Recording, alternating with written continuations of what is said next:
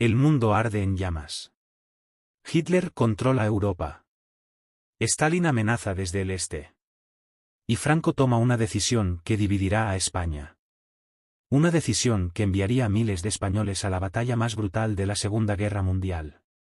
Hombres que nunca olvidarían lo que vieron en los campos de nieve de Rusia. Este es su historia. Después de la Guerra Civil, España se levanta de las ruinas. 3 años de dolor, de familias divididas, de ciudades destruidas. Franco busca consolidar su poder. Pero Europa es un tablero de ajedrez peligroso. Hitler avanza. Mussolini avanza. Franco tiene que decidir, mantener la neutralidad o unirse a quien promete poder y prestigio. En junio de 1941, sucede algo que cambia todo. Hitler invade la Unión Soviética. Operación Barbarroja. Millones de soldados alemanes cruzan la frontera. Y Franco ve su oportunidad. La Unión Soviética fue su enemigo durante la Guerra Civil. Los soviéticos apoyaron a la República. Stalin es el enemigo del enemigo. La lógica de Franco es clara: apoyar a Hitler es apoyar a quien puede derrotar al comunismo. Pero hay más. Franco necesita mantener su imagen. La formación del ejército español de voluntarios será la coartada perfecta. No es el ejército español. Son voluntarios. Eso es lo que dirá. Eso es lo que le permitirá mantener la neutralidad oficial ante los aliados mientras ayuda a Hitler. La noticia se difunde. Se buscan voluntarios para la división de voluntarios españoles. Falangistas, carlistas, soldados de la guerra civil que no tenían otro camino, hombres que querían gloria, que querían honor, que querían dinero que no tenían en una España destrozada. Entre 18.000 y 20.000 españoles se alistan. Algunos por ideología falangista. Otros porque es la única oportunidad de trabajo. Otros porque creen que es su deber. La División Azul nace. El nombre viene del antiguo símbolo de la falange. Azul como el cielo. Azul como la promesa de algo grande. Franco la presenta como una misión de cruzada contra el comunismo. Los católicos la ven como una misión sagrada. La prensa española habla de honor. Pero nadie sabe exactamente lo que les espera. Nadie puede imaginar el infierno que encontrarán en Rusia. Los oficiales españoles entrenan a los hombres. La mayoría son jóvenes, menores de 30 años. Algunos veteranos de la guerra civil, que creen que nada puede ser peor que lo que ya vivieron. Se equivocan. En 1941, los primeros contingentes de la División Azul llegan a territorio alemán. La Wehrmacht los integra en su estructura. Uniforme alemán. Pero emblema español en el brazo. Comandos españoles mezclados con oficiales alemanes.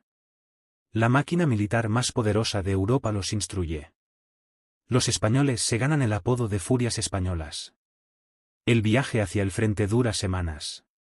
Los hombres viajan en trenes hacia el este.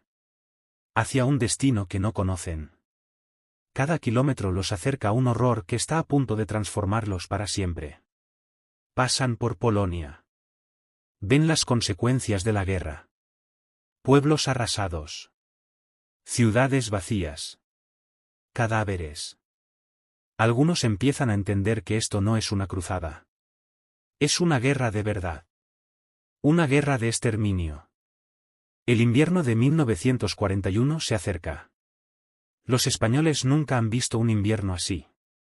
No están equipados para esto. Los oficiales alemanes les dicen que pronto volverán a casa. Que la guerra contra Rusia será corta. Rápida. Los alemanes creen que la conquista de la Unión Soviética tardará semanas. Hitler lo ha prometido. Se equivocan. Todos se equivocan. Diciembre de 1941. La División Azul llega al sector de Novgorod, en el frente noroeste. El termómetro marca 30 grados bajo cero. Los españoles llegan con uniformes de tela. Sin pieles. Sin botas de invierno. Algunos llevan solo lo que pueden cargar. Las mortajas de la muerte ya han sido cosidas. El sector de Novgorod es tranquilo comparado con otras partes del frente. Pero los alemanes advierten, no lo será por mucho tiempo. Los soviéticos están reorganizándose. Están buscando romper las líneas. El ejército rojo no es derrotable, como prometieron. Es grande. Es implacable. Y está a punto de demostrar por qué ha conquistado un imperio. Los españoles se preparan. Algunos escriben cartas a casa. Cartas que nunca llegarán. Otros rezan. Otros hablan de gloria y heroísmo. Pero en sus ojos, hay miedo. Un miedo que los veteranos de la guerra civil reconocen. El miedo a la muerte. El miedo a sufrir. El miedo a descubrir que la guerra no es lo que esperaban. Es peor. Mucho peor. Y está a punto de comenzar. La batalla de Volkhov no es una sola batalla. Es una serie de batallas, de combates, de ataques y contraataques que duran desde enero hasta finales de 1942. La División Azul está integrada en el Grupo de Ejército Centro, bajo el mando del general Georg Lindemann. Su misión, defender las líneas cerca del río Volkhov, a unos 100 kilómetros al este de Leningrado. Leningrado está sitiada. La ciudad lleva meses bajo asedio. Cientos de miles de civiles mueren de hambre.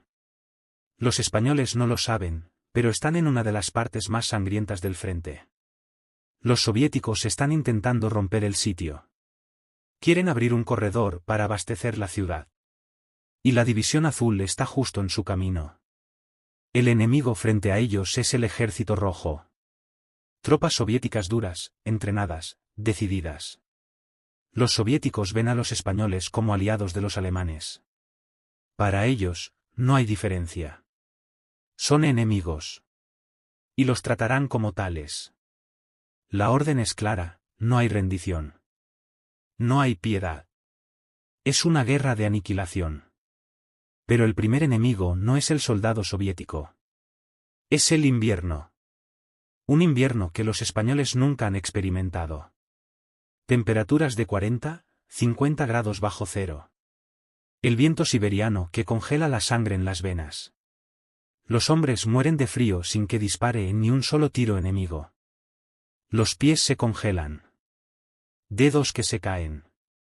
Hombres que pierden la sensibilidad en las manos y no pueden disparar sus armas. La congelación se convierte en la causa de más bajas que las balas. Los médicos cortan dedos, manos, pies. Los soldados españoles, acostumbrados al clima templado de España, se encuentran en un infierno blanco. La comida es otra pesadilla. Las raciones llevan días congeladas. A veces, los hombres tienen que masticar carne helada. El pan se parte como piedra. El café se congela en los cuencos. Algunos hombres comen nieve. Otros beben alcohol para mantenerse calientes.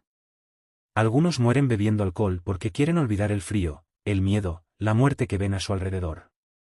Las trincheras son cuevas de hielo.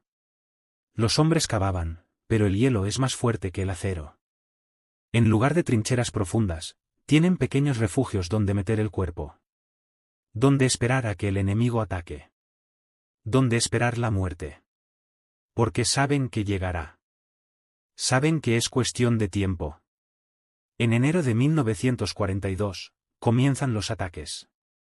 El Ejército Rojo lanza sus ofensivas. Las olas de soldados soviéticos avanzan sobre las posiciones españolas. Cientos. Miles. Más de los que los españoles pueden contar. Los españoles abren fuego. Ametralladoras. Rifles. Granadas. El sonido es ensordecedor. El olor a pólvora llena el aire helado. Los soldados españoles descubren algo, son buenos en esto. A pesar del frío, a pesar del miedo, del cansancio, son soldados. La mayoría de ellos ha visto combate en la guerra civil. Saben cómo disparar.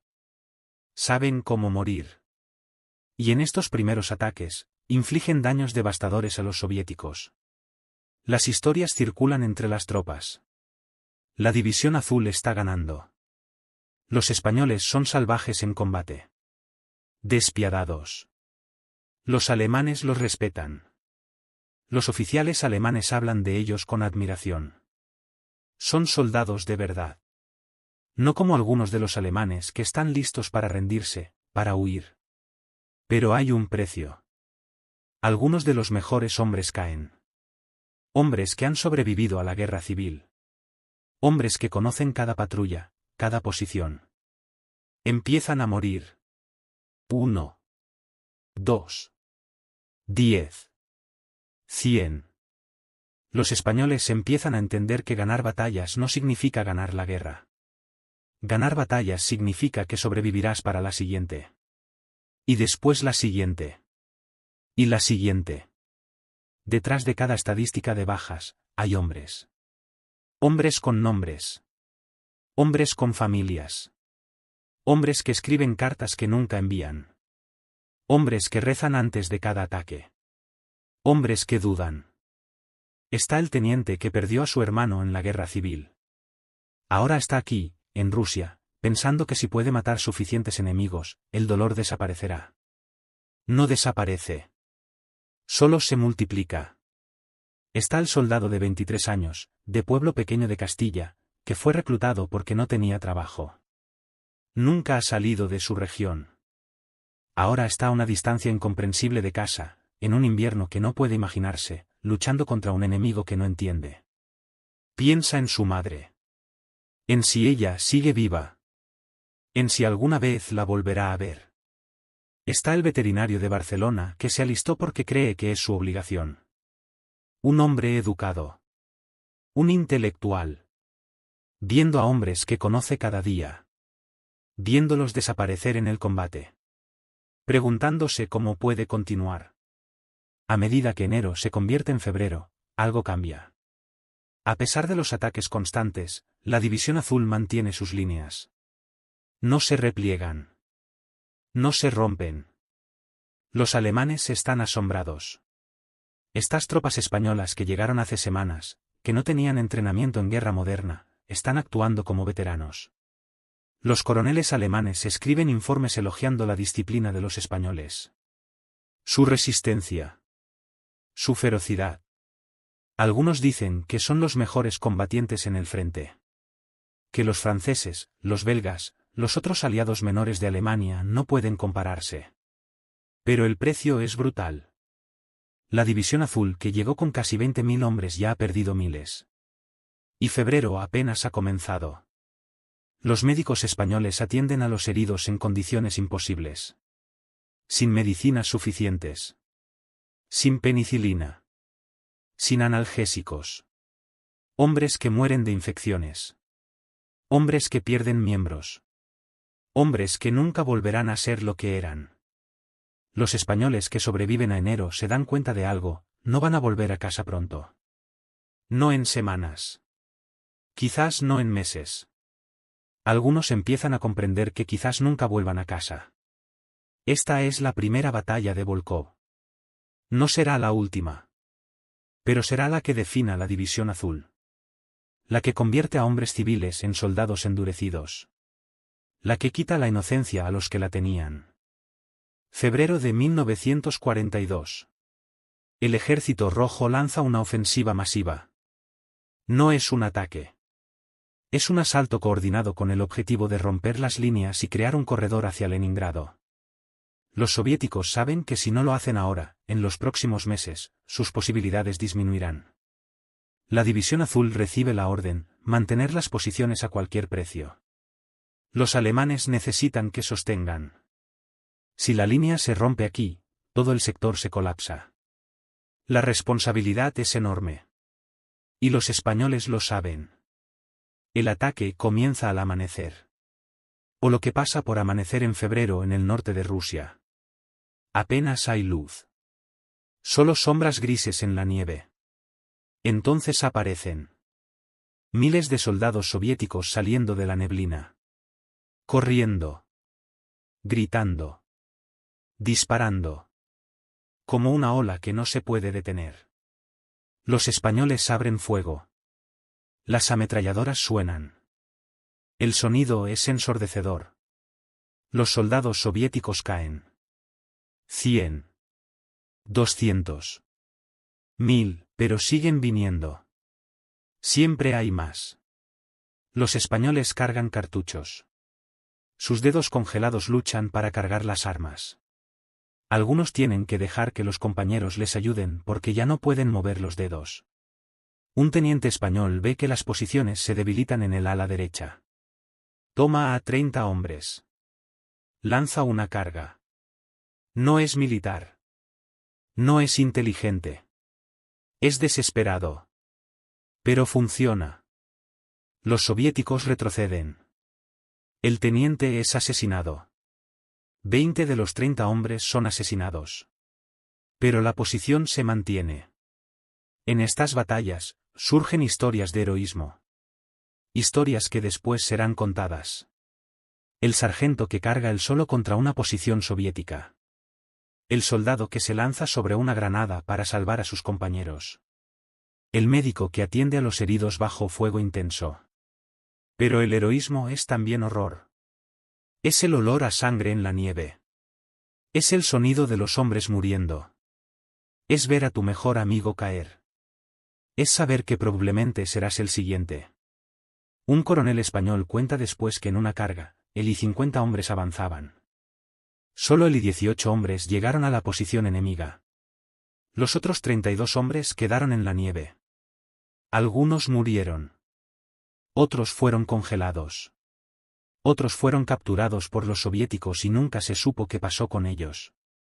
Los españoles descubren que los soviéticos no toman prisioneros. O no muchos. La crueldad es mutua.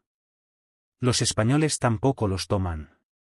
En un combate tan brutal, tan feroz, la civilización desaparece. Solo queda la supervivencia. Solo queda la necesidad de matar antes de ser matado. Las historias de atrocidades circulan.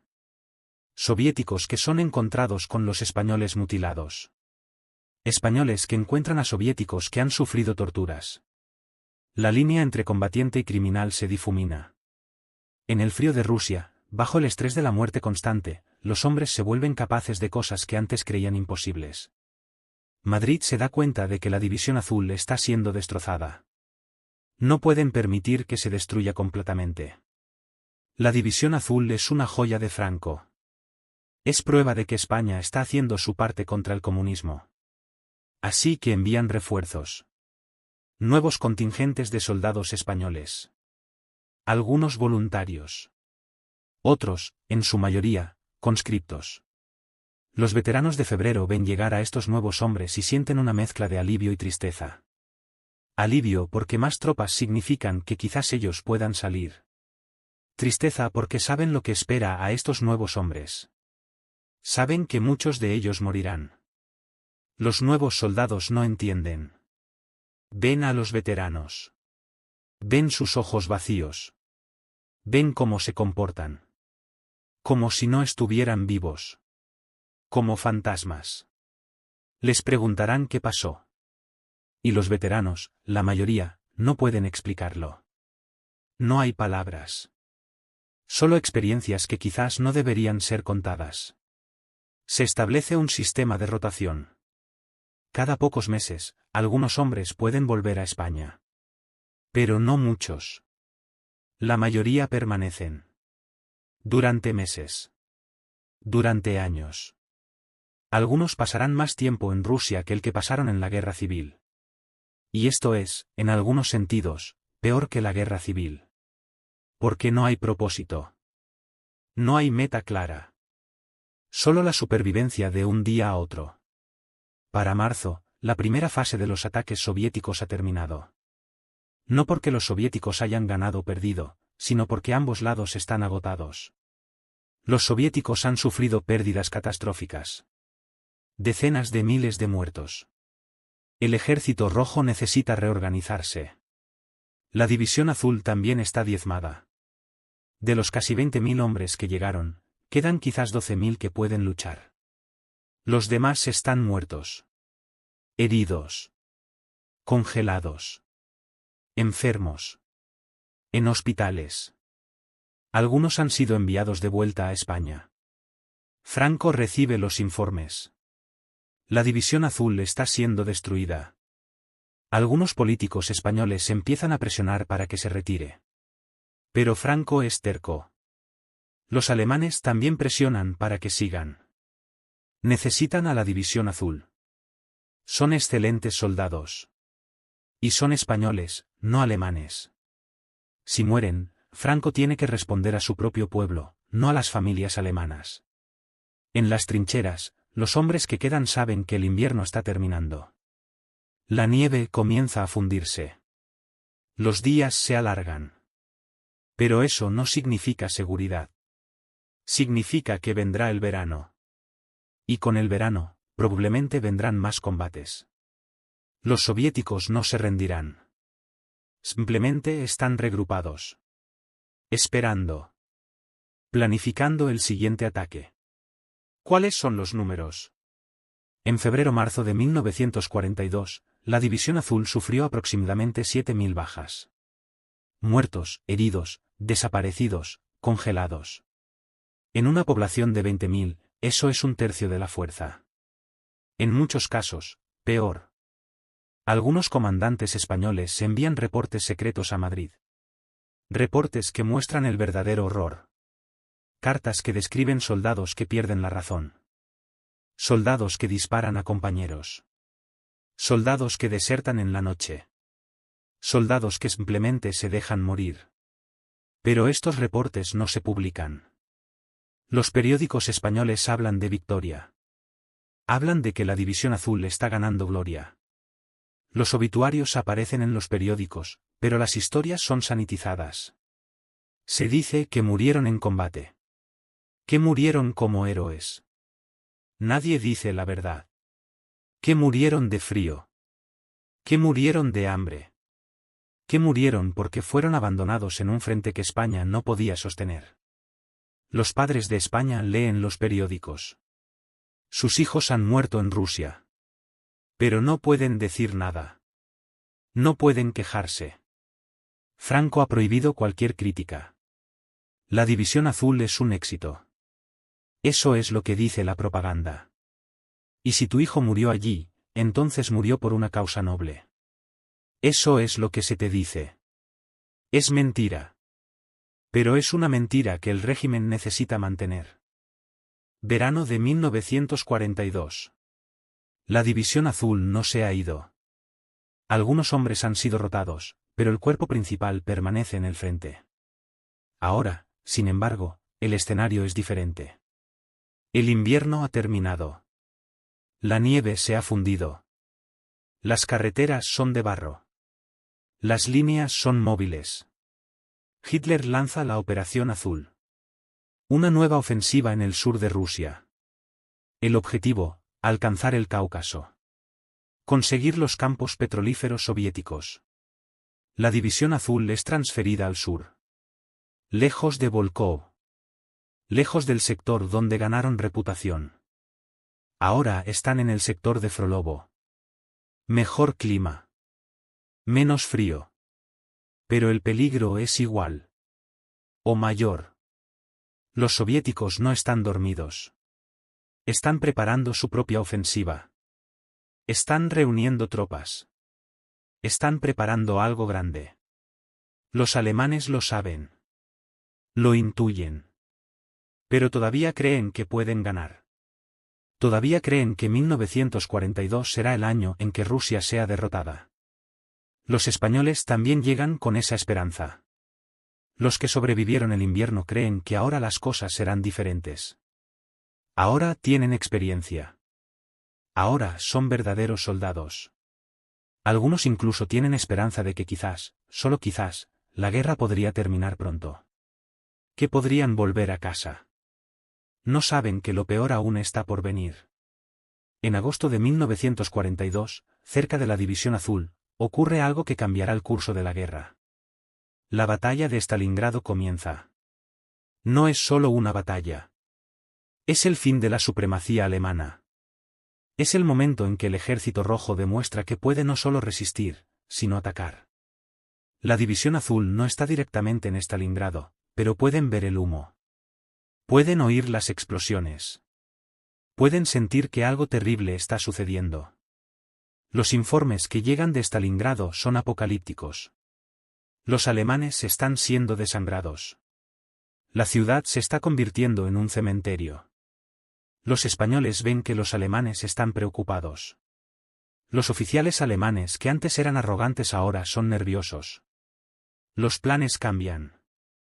Las órdenes se modifican. Ya no es una cuestión de ofensiva.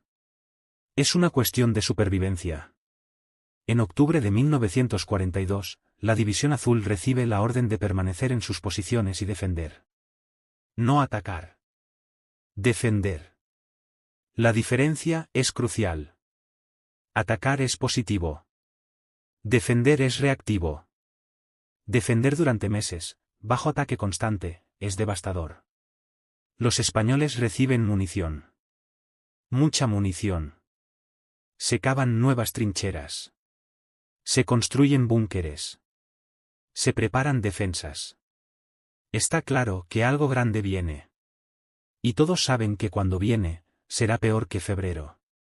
La ofensiva soviética llega en octubre. No es el ataque desorganizado del invierno. Es coordinado. Es devastador. Los soviéticos han aprendido cómo romper las líneas alemanas. Y ahora lo ponen en práctica.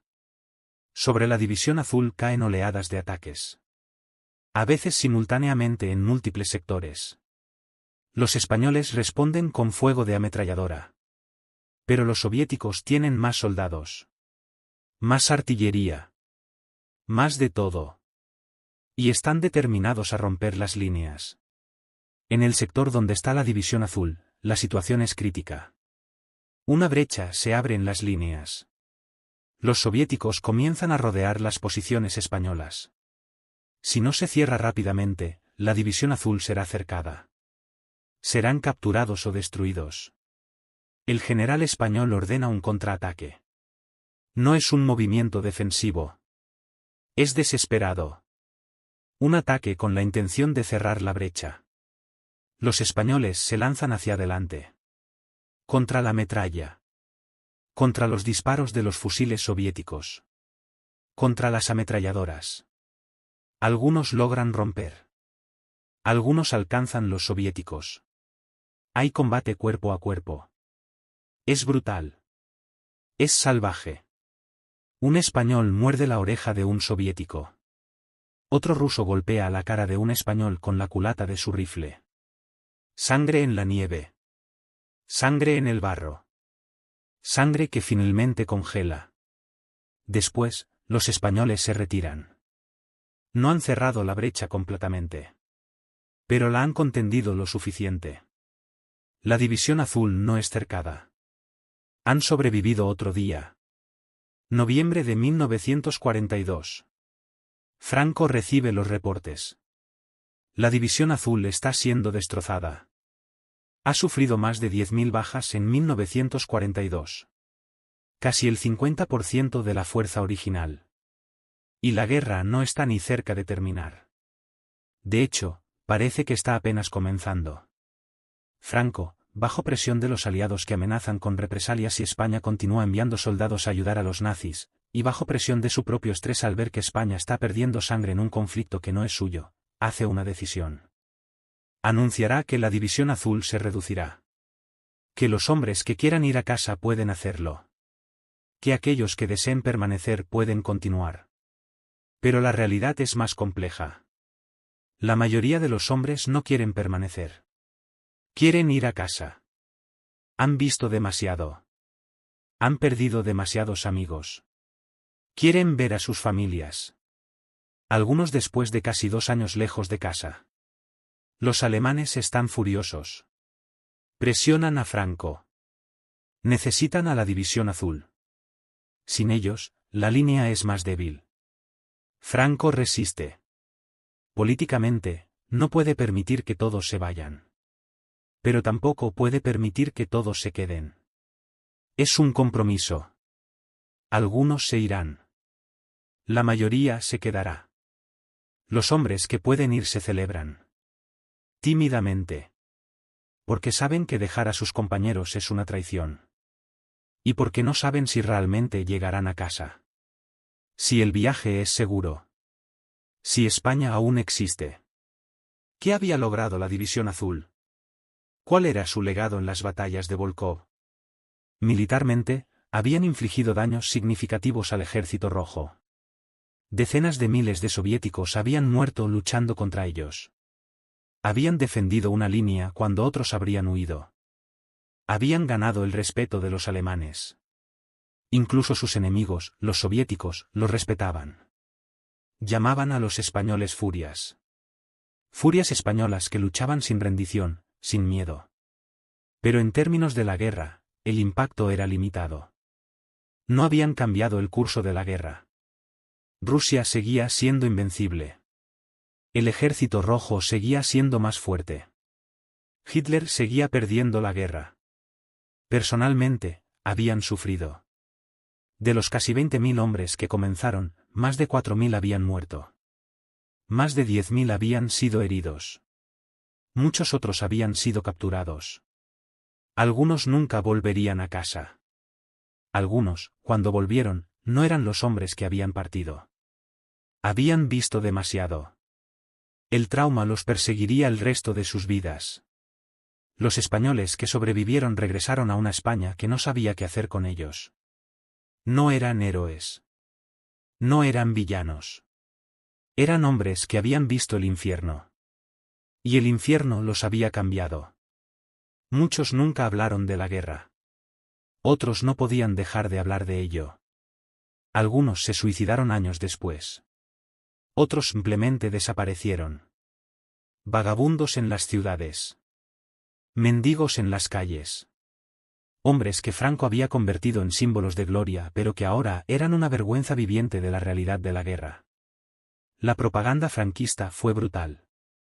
Los periódicos españoles continuaron hablando de la División Azul como si fuera una victoria.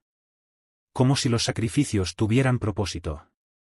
Se publicaban fotos de soldados españoles en uniformes alemanes. Se escribían artículos sobre el heroísmo español. Se organizaban desfiles. Pero los padres y madres de España sabían la verdad. Sabían que sus hijos no estaban ganando gloria. Estaban ganando lápidas. A finales de 1942, varios miles de españoles fueron repatriados. No todos. La mayoría de la División Azul permaneció. Se reorganizó. Se reformó. Se transformó en lo que se llamaría la Legión Azul. Menos hombres. Más endurecidos. Todavía dispuestos a luchar. Todavía bajo el mando español pero bajo el uniforme alemán. Todavía en Rusia. La guerra continuó. 1943 fue un año de cambios. Los alemanes ya no ofensiva. Eran defensivos. La División Azul seguía defendiendo líneas que se encogían constantemente. Los soviéticos seguían atacando. Pero ahora los soviéticos sabían cómo luchar contra los españoles. Sabían que no podían quebrantarlos con ataques frontales. Necesitaban envolverlos. Necesitaban usar superioridad numérica abrumadora. Y eso es exactamente lo que hicieron. En julio de 1943, durante la batalla de Kursk, la Legión Azul participó en uno de los últimos contraataques alemanes importantes. Fue un fracaso. Los soviéticos tenían demasiadas tropas. Demasiados tanques. Los españoles lucharon bien. Mataron muchos soviéticos. Pero la marea había cambiado. Ya no era cuestión de si Alemania perdería, sino cuándo. ¿Y cuántos españoles morirían antes de que terminara? Para 1944, la realidad era innegable. Alemania estaba perdiendo en todos los frentes.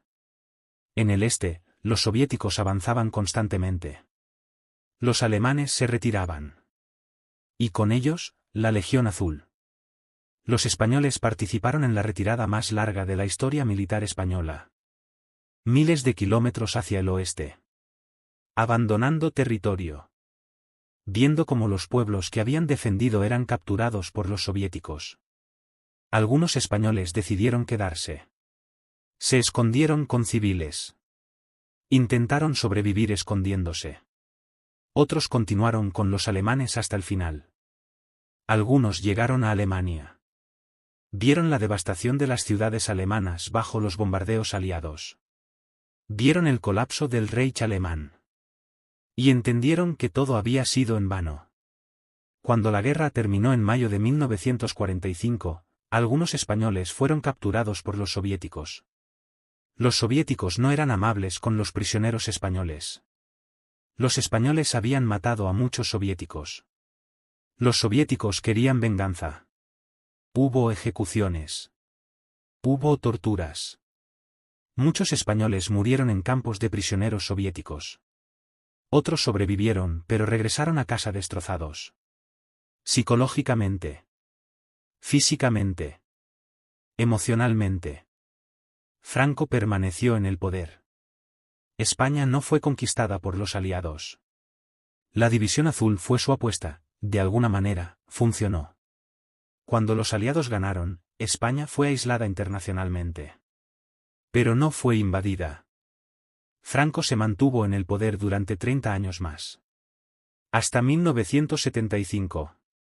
Utilizó a la División Azul como prueba de que España había luchado contra el comunismo. Como justificación de su régimen. Los sobrevivientes de la División Azul envejecieron en silencio. Muchos no quisieron hablar de sus experiencias. Otros escribieron memorias. Otros dieron testimonio ante investigadores y historiadores. Sus historias son desgarradoras. Historias de amigos que mueren en la nieve. Historias de hombres que pierden la razón. Historias de tomar decisiones imposibles sobre quién vive y quién muere. En 1956, algunos de los veteranos de la División Azul regresaron a Rusia. Iban a buscar los cuerpos de sus compañeros. A rendir homenaje a los muertos. Fue un viaje emocional. Volvieron al lugar donde habían sufrido. Volvieron al lugar donde habían visto morir a amigos. Algunos de los españoles que iban tenían un objetivo especial: encontrar a amigos desaparecidos. Hombres que habían sido capturados. Hombres de los que nunca se supo nada. Algunos fueron encontrados. Otros nunca fueron encontrados. El legado de la División Azul es complicado. Para algunos, fueron héroes. Soldados que hicieron su deber. Hombres que lucharon valientemente. Para otros, fueron víctimas.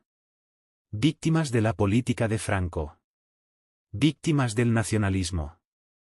Víctimas de una guerra que no era suya. La realidad es probablemente ambas cosas. Fueron hombres. Hombres jóvenes que no tenían elección. O al menos creían que no la tenían. Hombres que hicieron lo mejor que pudieron en circunstancias imposibles. Hoy, la División Azul es un tema controvertido en España. Algunos la ven como un símbolo del sacrificio español. Otros la ven como un símbolo de complicidad con el nazismo. La verdad es que fue un símbolo de la complejidad de la guerra. De cómo los gobiernos usan a los hombres. De cómo los ideales pueden llevar a la muerte sensata. De cómo la lealtad a la patria puede significar la lealtad a un dictador. Los hombres de la División Azul murieron en el frío de Rusia. Murieron lejos de casa. Murieron por Franco. Murieron por Hitler.